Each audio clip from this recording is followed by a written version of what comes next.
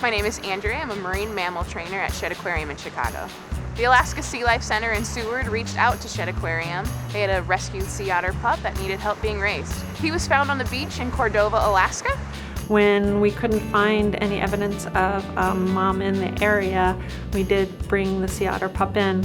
So whenever a sea otter pup is rescued below a certain age, they're automatically deemed non-releasable, and that's because the skills that these animals need to survive in the wild, to thrive, are all taught from their mother. Not only are they being cared for by mom, but they're learning a number of life skills, to include grooming, keeping up with the coat, how best to do that. And grooming is more than just brushing their hair. They do a lot of blowing air inside the coat and also rubbing the hairs so that they interlock to trap the air next to their body, because that is what they rely on to stay warm. We do have to groom him. We're seeing him kind of kick in and start to groom himself, but he's not doing a very thorough job on his own just yet, so we're making sure that all those hairs are nice and spread out. He's drying out, keeping that coat in good condition. So when he was admitted on March 18th, he weighed just about 5 pounds. Currently, he weighs around 13 pounds.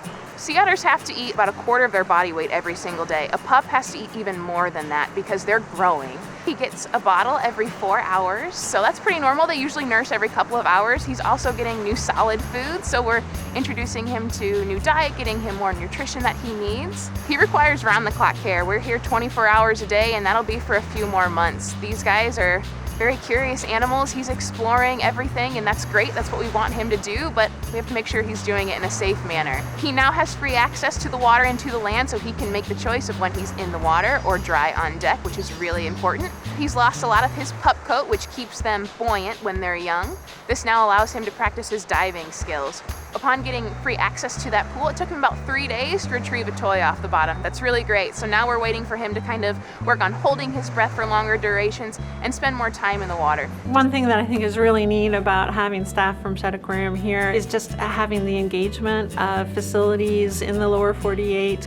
Right now with this pup requiring 24-hour care, it's an obvious help in terms of personnel support. Gives me the opportunity to interact with colleagues from other institutions. It's a great exchange of knowledge. The Alaska SeaLife Center staff has been so welcoming. They're awesome. To be able to help an animal that wouldn't be able to survive without us is an awesome opportunity, and something that I'm so glad I was able to step in and do.